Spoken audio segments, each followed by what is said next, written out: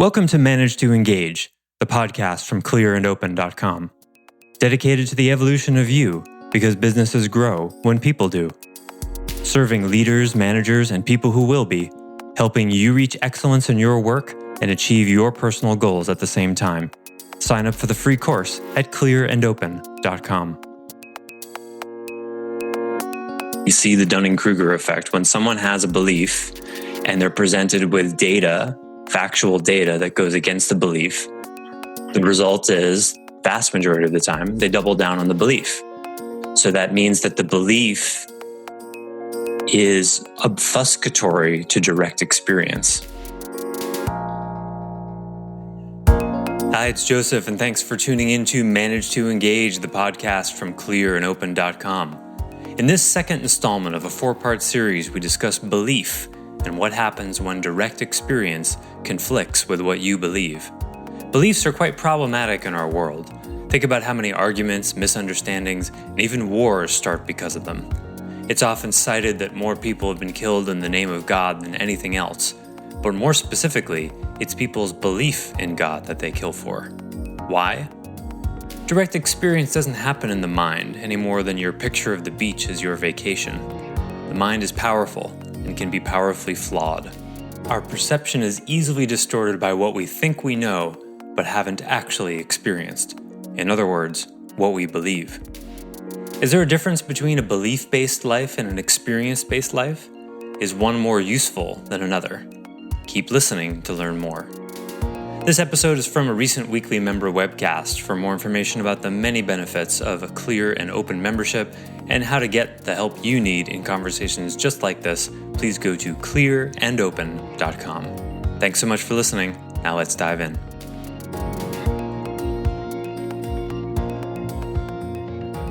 My personal orientation toward reality, therefore clear and opens, is that direct experience is the bomb.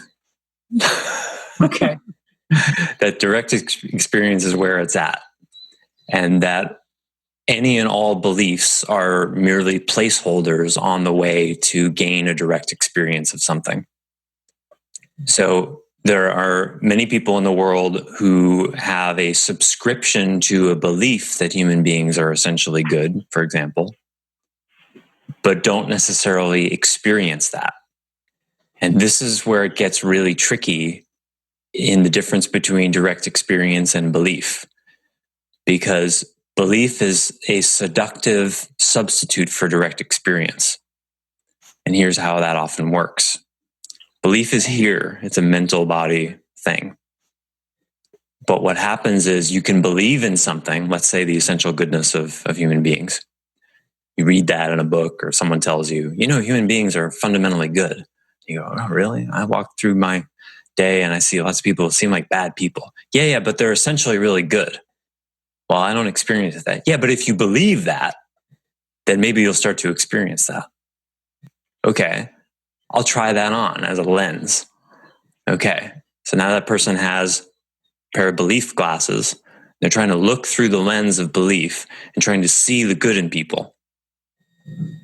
They took off their belief of essential badness or evilness and put on a different lens. Yes.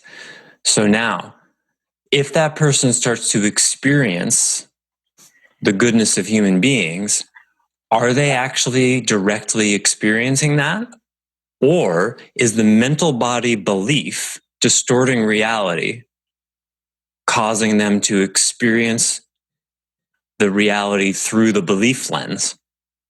There's a difference, you see, between having mental body lenses that says, like I could say, look at everything around you through the lens of dollars, right? Everything, all the stuff on your shelves and the phone on your desk, all of that is in terms of dollars, right? Are you directly experiencing those things as money? No, it's not money, right? But you're looking through a lens and seeing it as having a monetary value. That's a mental body exercise. You're not experiencing it as it actually is. You see what I mean? So the question then becomes, what's the difference between direct experience and belief-based experience? And Do they lead you to the same place, or are they different? Right? Is there a difference between experiencing the essential nature of human beings as good without belief? Does that lead you to the same place as experiencing people as essentially good with belief? Do they lead you to the same place? I would offer they do not. Do not lead you to the same place. They're different places. Okay. Because one is the mind, one goes through the filter of the mind, and one is direct experience that circumvents the mind. The mind's not capable, in my opinion, of direct experience. It's like the same way pictures are not the thing, you know. The picture of the hamburger is not going to nourish you. The mind just takes pictures, takes kind of snapshots, and then shows them to you, tries to convince you that it's direct experience. But it's not, because you can't eat the picture of the hamburger and be full. I'm going to suggest that we could directly experience a hamburger, unless you want to argue that we can't. So I wonder if there is an ability to directly experience something like what we're talking about, but not an easy way to get there. I don't know. You directly experience the hamburger when you eat it. Of course, that's what I mean. Yeah. But maybe what you're suggesting is it's difficult to eat the notion that human beings are essentially good or evil, or what their essence is. Well, if you want to experience that, there are ways to do it. It just, you know, all of this starts with the fundamental premise of, do you want to live a belief-based life or a direct experience-based life? Do you think there's a difference?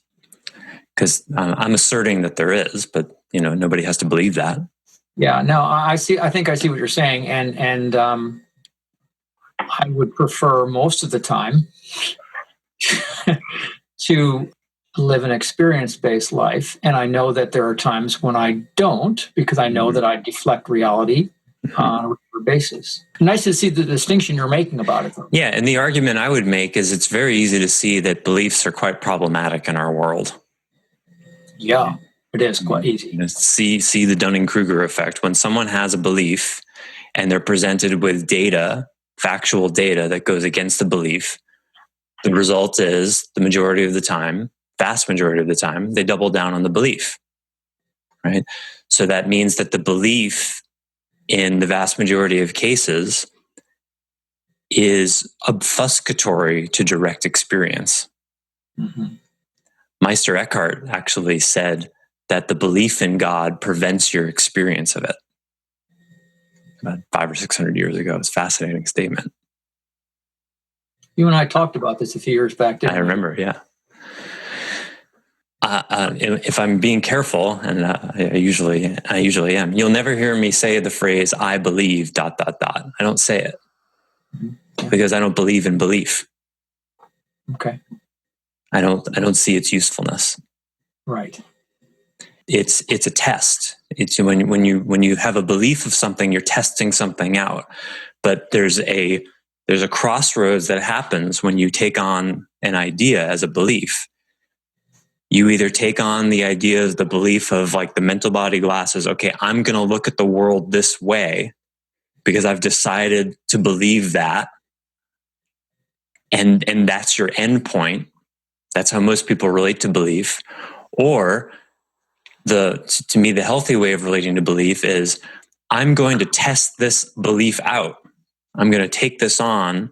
I think this is true. Is there a way I can get a direct experience of it? And we operate this way all the time, right? If I tell you there's this great pizza place in Concord, Massachusetts, where I grew up, the example I always use when we talk about belief, right? I don't want you to believe in it. I want you to go there and experience it for yourself, right? When someone tells you about a great restaurant, you don't take that on as a belief, as like a final endpoint. Okay, I believe you. Done. It's the best pizza place. Now I don't have to go there, right?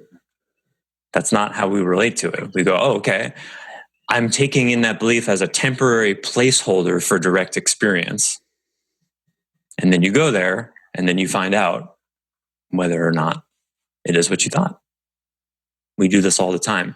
And another way of saying it is a belief is a kind of map, like all things the mental body does. It's always a map.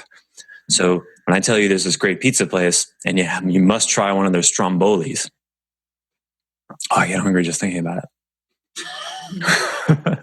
I still remember their phone number. That's a map, right? And you can follow that map to the direct experience of that stromboli. Right. Highly recommend mushrooms in the stromboli. Okay. I would do that. Yeah.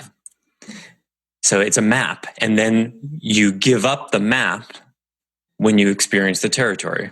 It's just like, if you were going to drive across country to, San Francisco or something, you'd have a map and you'd be following the map and you'd be following the map and you'd be following the map. But when you arrived at San Francisco, you'd put down the map to experience San Francisco. But the way most people relate to belief is they stay with the belief because they're invested in the belief. They really want the belief to be true. Okay, cool. You want the belief to be true. Great. But you're never going to find out unless you put it down. Cool. And then they never realize that it's a belief. They take it as fact. Yeah, it's really tricky. You see how slight a distinction is? It's like the belief, because it's very tricky because often you need to, in order to conduct the experiment, right, to experience the New London style pizza of Concord, Massachusetts, you need some amount of belief in its essential goodness, right? You have to believe, no, really, it's worth it. Oh, it's a 3-hour drive. Oh, I'm telling you, it's worth it, right? Now there's a belief. You've got a belief. It's, it would be better if we just did away with the word belief and we just called it hypothesis, right? Because that's what it is. What'd you say? A hypothesis, a scientific hypothesis. That's an assertion that is not yet proven to be true or not. Mm-hmm. Right? And then the experiment is about reality, right? So the hypothesis in science, it's supposed to be, it's a scientific method. The hypothesis is we think this is true. We don't have any data. And there's an acknowledgement that this is a mental body exercise. This is what we think to be true. We combine this and that, we think this is going to happen. We think if we reduce carbon dioxide, it'll cool the planet off, and then hurricanes will be less intense. Whatever it is, that's the hypothesis.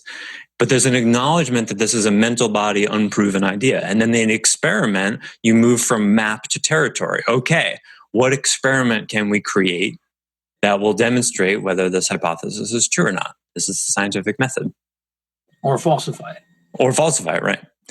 Unfortunately, we learn the scientific method in a context in school that has no bearing on our day-to-day lives, right? You burn mothballs and you learn about sublimation, and your science teachers never say, so let's talk about how to use the scientific method in your daily life, right? What assumptions are you making right now that you're playing out? Like I had this assumption that I played out for about 4 years in high school, that there was this really pretty girl that if I just kind of hung around her enough, despite the fact that she was dating the captain of the wrestling team for almost the whole 4 years, that if I just hung around her enough and kind of intervened here and there, that eventually I would get her. Not a hypothesis that turned out to be true. In fact, at one point it got me a black eye. Oh. Right? Now, if someone had just pulled me aside, if a teacher had just said, so you seem to be running this hypothesis that if you just flirt with this girl and, tiptoe around her boyfriend and do this and that somehow this is going to result in some outcome that you want. How's that working for you so far? What's the data showing? Where was some adult showing me that this was not working? There were probably 3 other girls in my life who wanted to be with me, and the whole time I was just obsessed with this one. And I learned some lessons, certainly. What was I talking about? Thank you. I really appreciate this discussion. I don't want to monopolize our time, but I appreciate getting some clarity on some of those concepts that you talked about on Thursday that I just didn't feel like I had a good understanding of. Thanks for listening to Manage to Engage, the Clear and Open podcast. Join us next week when you'll be a little bit closer to who you're destined to be. Until then, know that Clear and Open is dedicated to the evolution of you because businesses grow when people do. Be sure to visit clearandopen.com for the latest tools, articles, and free resources to help you on your journey. Thanks for listening, and bye for now.